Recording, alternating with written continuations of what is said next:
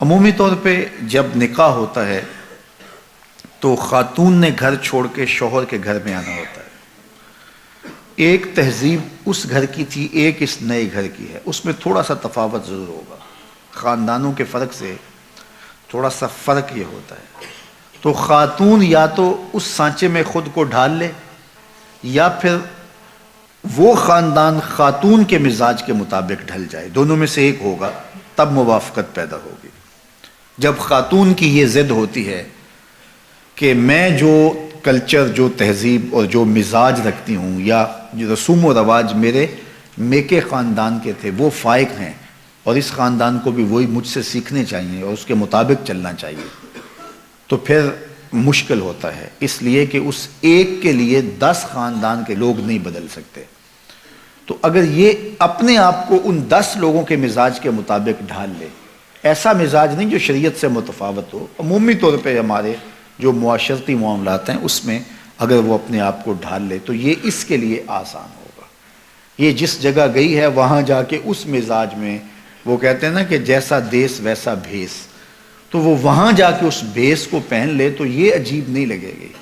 لیکن وہ اس پورے گاؤں کے اندر سے ایک خاندان اس بھیس کو اختیار کرے جو یہ لے کر کے آئی ہے، تو وہ اپنے خاندان کے اندر بھی عجیب لگیں گے، اور جو ہے وہ بالخصوص کہیں گے کہ بس یہ تو اس خاتون نے ان کو اپنے نرغے میں لے لیا۔ تو جو شریعت بیضاء کا مزاج ہے اس میں اچھی چیزیں اس خاندان میں آہستہ آہستہ منتقل کر دی جائیں، یہ تو ایک خیر کی بات ہے، لیکن عمومی رویے جو رواج کی حد تک ہیں اور شریعت سے متصادم نہیں ہیں وہ خاتون کو ہی بدلنا ہوگا۔ اور جب خاتون اس بات کی ضد کرتی ہے کہ میرے مزاج کے سانچے میں یہ ڈلیں، تو پھر تناؤ پیدا ہو جاتا ہے اور الجھاؤ پیدا ہوتا ہے، اور یہ الجھاؤ بالآخر طلاق تک جا پہنچتا ہے۔ تو اس چیز کا خاتون کو بالخصوص خیال رکھنا چاہیے۔ خاوند کو اندھیرے میں رکھنے کی وجہ سے بھی باہم تناؤ پیدا ہوتے ہیں۔ بعض خواتین بہت چالاک بننے کی کوشش کرتی ہیں اور بہت سارے چھوٹے چھوٹے امور میں گھر کے اخراجات اور دیگر معاملات سے لے کر کے جو ہے وہ خاندان کے دیگر امور تک اپنے خاوند کو اندھیرے میں رکھنے کی کوشش میں لگی رہتی ہیں۔ ایسا ہوتا نہیں ہے۔ کچھ خاوند ایسے ہوتے ہیں جو ان کو کسی چیز کی سمجھ نہیں آتی ہے، لیکن عمومی طور پہ اکٹھے رہتے ہوئے یہ بات سمجھ میں آتی ہے۔ تو بعض تو کہتے ہیں کوئی بات نہیں، یہ ہوتا ہے، لیکن بعض کے اندر طبع کی سختی اتنی ہوتی ہے کہ اس کو پھر گوارا نہیں کر پاتے، اور پھر عورت اس عادت سے مجبور ہو کر پھر دوبارہ اسی کام پہ آتی ہے، اور پھر آہستہ آہستہ یہ اختلاف بڑھ جاتے ہیں اور کس دن طلاق تک بھی نوبت پہنچ جاتی ہے۔ اس لیے عورت کو کوئی ضرورت نہیں ہے کہ اپنے شوہر کو اندھیرے میں رکھے۔ شوہر اس کو جتنی اجازت دیتا ہے، جتنا آگے بڑھنے کی، اخراجات کے حوالے سے، رشتہ داروں کے ساتھ معاملت کے حوالے سے، اور دیگر جو ہے وہ معاشرتی تعلقات کے حوالے سے، بیوی کو اتنا ہی آگے بڑھنا چاہیے، اور شوہر کی مرضی، مشاورت اور رضا کے مطابق ہونا چاہیے۔ تو اس سے انشاءاللہ ایک خوبصورت ازدواجی زندگی جنم لیتی ہے۔ لیکن اگر خاتون کہے کہ بس نہیں ہے، میں خود اپنی مرضی کی مالکہ ہوں اور شوہر کو میں پتہ بھی نہیں چلنے دوں گی اندھیرے میں، تو ایک دن جب اس کی خبر اس کو ہوتی ہے تو پھر ایک دم اس کا غصہ عود کر آتا ہے، جس کے نتیجے کے اندر تلخی پیدا ہوتی ہے۔ تو خاتون کو یہ کبھی نہیں کرنا چاہیے،